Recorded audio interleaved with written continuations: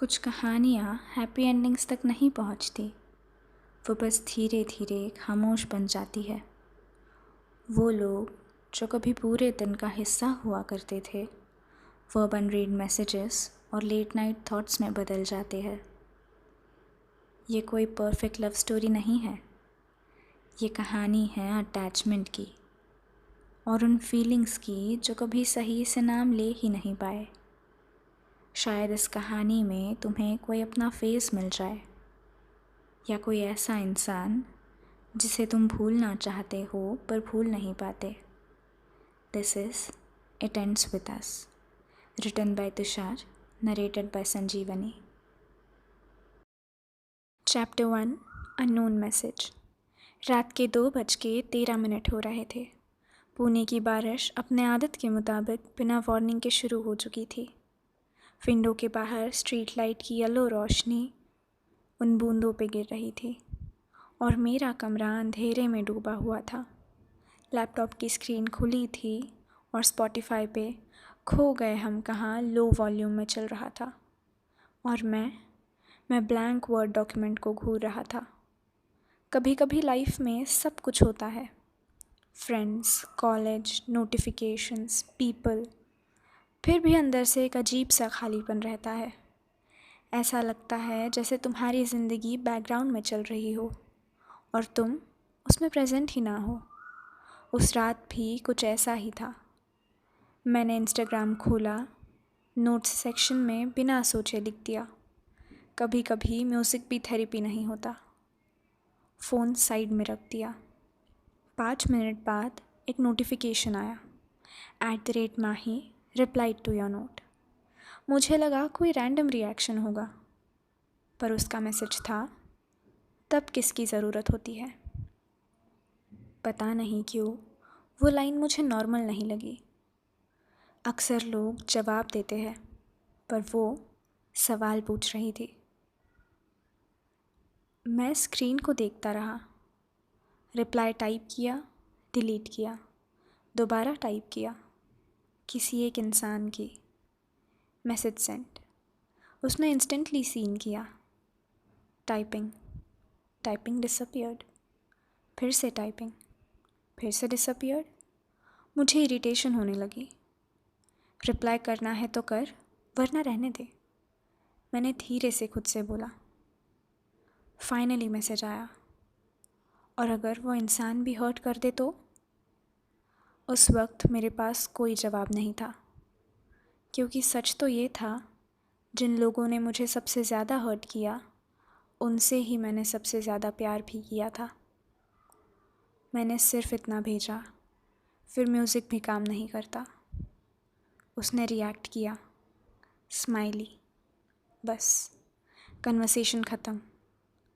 पर पता नहीं क्यों उस रात नींद नहीं आई।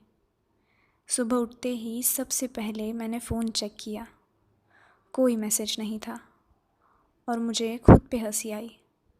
तू पागल है क्या, मैंने खुद को बोला।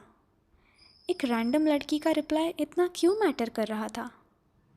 शायद क्योंकि उसने वो पूछा था जो नॉर्मली लोग इग्नोर कर देते हैं। लोग यूजुअली पूछते हैं favourite song, relationship status, college, लेकिन उसने लोनलीनेस टच कर दिया। और लोनलीनेस वो चीज़ होती है जो सब फील करते हैं, पर एडमिट कोई नहीं करता। 3 दिन तक हमारी कोई बात नहीं हुई, पर मैं उसकी प्रोफाइल कभी कभी चेक करता था। Private account, no profile picture, बस एक bio, some people feel like rain. Weird, पर अच्छा वियर्ड। उसके हाइलाइट्स के नाम भी अजीब थे। 4 AM, over thinking, half dead, monsoon. उसकी वाइब बिल्कुल अस टाइप की थी, जो या तो तुम्हारी ज़िंदगी बेटर बना देती है या पूरी बर्बाद, बीच में कुछ नहीं। चौथी रात, 2:13। मैसेज आया, यू स्टिल अवेक? मुझे नहीं पता, मेरा दिल ज़ोरों से धड़कने लग गया। मैं ऑनलाइन था, पर इंटेंशनली 2 मिनट तक रिप्लाई नहीं किया। फिर भेजा, अनफॉर्चुनेटली यस। उसका रिप्लाई इंस्टेंटली आया, गुड, मुझे नींद नहीं आ रही। और वहीं से शुरू हुई हमारी बातें, जो धीरे धीरे मेरी आदत बन गई। उसका नाम माही बताया उसने। Engineering student, coffee addict, over thinker और दुनिया की सबसे डेंजरस हैबिट, हर चीज़ फील कर लेना। हम पहली रात 4 बजे तक बात करते रहे। Random topics, childhood, music, parents, fear, dreams और वो चीज़ें लोग नॉर्मली सिर्फ खुद तक रखते हैं। पता ही नहीं चला कब कॉन्वर्सेशन कंफर्टेबल हो गई। एक पॉइंट पे उसने पूछा, तुम इतना सैड क्यों लिखते हो? मैं कुछ सेकंड्स तक स्क्रीन देखता रहा, फिर लिखा, ताकि किसी को बोलना ना पड़े। Seen, typing, that's the saddest thing I have ever read today. उस लाइन के बाद बहुत देर तक हम दोनों ऑनलाइन थे, पर किसी ने कुछ नहीं भेजा।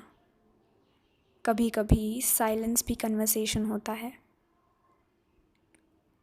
अगले कुछ हफ्तों तक ये रूटीन बन चुका था। रात, फ़ोन, उसका मैसेज, और धीरे धीरे मुझे रियलाइज़ हुआ मैं दिन में कम, रात में ज़्यादा जीने लगा था। क्योंकि रात को वो मिलती थी। मेरे फ्रेंड्स नोटिस करने लगे, भाई तू हर वक्त फ़ोन पे क्यों रहता है? कोई है क्या? स्माइल क्यों कर रहा है अकेले अकेले?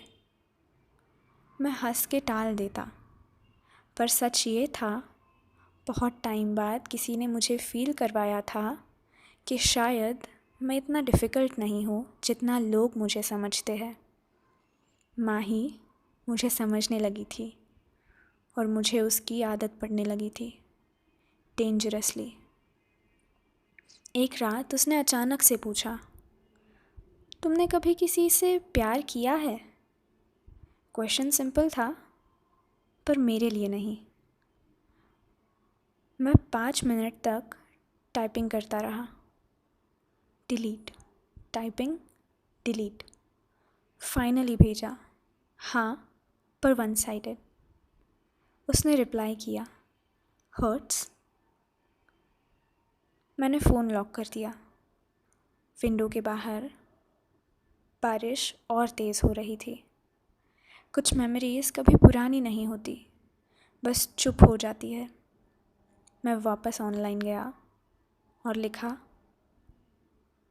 इतना कि बस किसी को ऑनेस्टली पसंद करने से डर लगता है। सीन, टाइपिंग, मैं हर्ट नहीं करूँगी। और उस लाइन ने मुझे तोड़ भी दिया और जोड़ भी दिया, क्योंकि हर इंसान जो इवेंचुअली हर्ट करता है, एक टाइम पे एग्जैक्टली यही बोलता है। आगे की कहानी सुनने के लिए बने रहिए हमारे चैनल रिटन बाय तुष 7 के साथ। Good night.